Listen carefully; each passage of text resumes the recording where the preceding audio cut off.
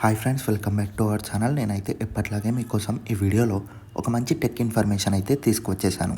అదేంటి అంటే మనందరం ఈ రోజుల్లో వాట్సాప్ అనేది యూస్ చేస్తూ ఉంటాం. కానీ చాలామందికి దాంట్లో ఉన్న ట్రిక్స్ అనేవి తెలీదు. కాబట్టి ఈ వీడియోలో నేను వాట్సాప్కి సంబంధించిన మంచి ట్రిక్స్ అనేది చెప్పబోతున్నాను. కాబట్టి ఈ వీడియోని ఎక్కడ స్కిప్ చేయకుండా లాస్ట్ వరకు చూడండి. సో ఇంకా లేట్ చేయకుండా టాపిక్లోకి వెళ్ళిపోతే ఈరోజు టాపిక్ వచ్చేసి మనం వాట్సాప్ గురించి మాట్లాడుకుంటున్నాం ఫ్రెండ్స్. ఇప్పుడు వాట్సాప్లో మనందరం చాట్స్ అనేవి చాలా ప్రైవసీగా ఉంచుతాం. అంతేకాకుండా చాలా చాట్స్ అనేవి ఇంపార్టెంట్ చాట్స్ డిలీట్ అయిపోతూ ఉంటాయి. అవన్నీ డిలీట్ అవ్వకుండా మనం ఆ చాట్స్ని ఎలా బ్యాకప్ చేసుకోవాలో ఈ వీడియోలో నేను చెప్పబోతున్నాను.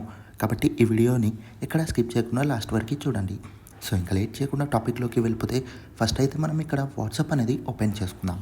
వాట్సాప్ ఓపెన్ చేసుకున్నాక మనమైతే సెట్టింగ్స్లోకి వెళ్ళిపోవాలి ఫ్రెండ్స్. ఇక్కడ సెట్టింగ్స్లోకి వెళ్ళిపోయాక నేనైతే ఐఫోన్ యూస్ చేస్తున్నాను కాబట్టి నా ఇంటర్ఫేస్ ఇలా ఉంటుంది. మీరైతే టాప్ రైట్ కార్నర్లో ఆప్షన్ అనేది సెలెక్ట్ చేసుకోవాలి.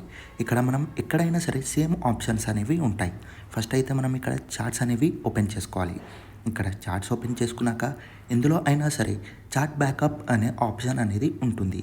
ఆ చాట్ బ్యాకప్ అనేది ఆప్షన్ ఇంక్లూడ్ చేశాక ఇక్కడ ఆటో బ్యాకప్ అనేది ఎప్పుడెప్పుడు కావాలి మనం ఇక్కడ సెలెక్ట్ చేసుకోవచ్చు. నేనైతే మంత్లీ పెట్టుకున్నాను ఫ్రెండ్స్.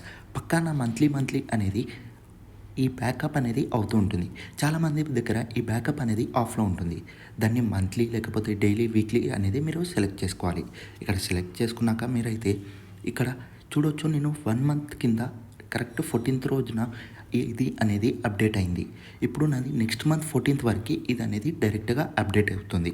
ఒకవేళ మీరు మొబైల్ అనేది ఈరోజు చేంజ్ చేస్తున్నారు అంటే ఇక్కడ బ్యాకప్ నౌ అనే ఆప్షన్ ఉంటుంది.